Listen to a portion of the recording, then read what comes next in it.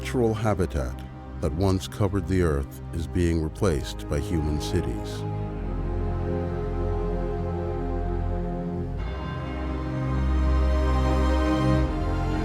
For 1,000,000 hard years, their ancestors have toiled and fought, hunting, gathering, fighting for survival.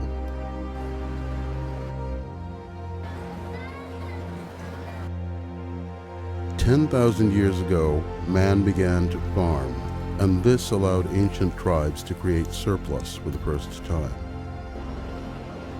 Populations exploded, and tribes became super tribes.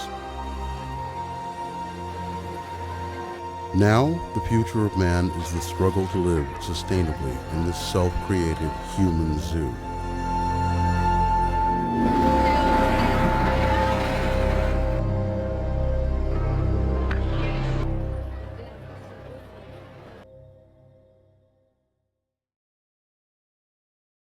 The zoo world, like a gigantic parent, protects its offspring.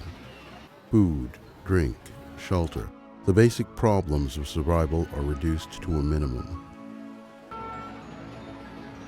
The simple function of survival turns to complex art and expression.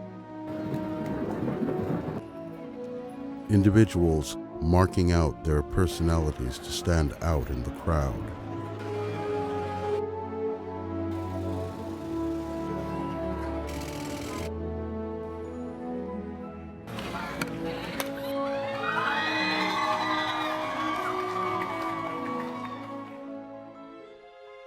The benefits of living together in this super tribe are paid for with a struggle for resources that leads to the destruction of community. Individuals suffer from a variety of stresses: noise, polluted air, crime, overcrowding, and yet, paradoxically, isolation.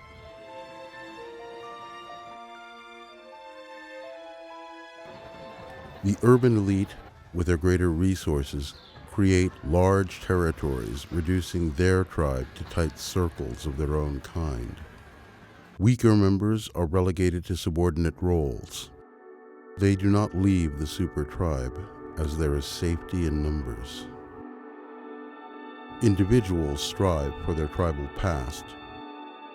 They desire the bonds of like-minded people. Groups are formed along racial boundaries, customs, fashion, music, or religion.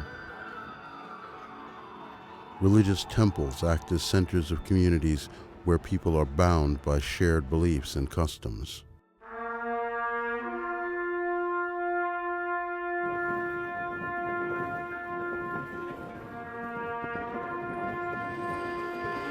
A more violent cohesive force binds members of a super tribe together. That force is war. Internal squabbles are forgotten in the face of a monolithic enemy. A leader is given more respect and authority, despite the deaths of thousands of their own tribe. War veterans are celebrated by communities, and the machines of past wars are popular attractions. The horrors of conflict are celebrated in movies and video games, entertainment for the young. When they are old enough, they too will be willing to fight.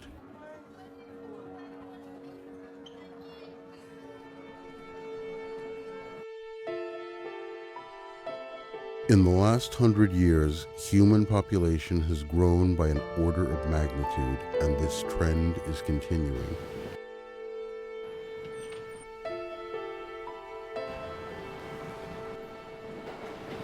If super tribe cities are to coexist all over the world, leaders will have to replace the rhetoric of war with significant contributions to peace.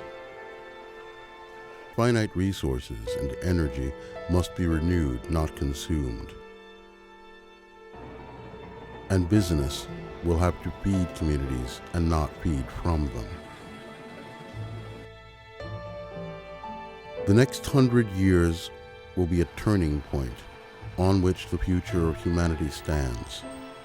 And if the entrenched attitudes of tribalism continue, clean water, will replace oil as the primary incitement for war.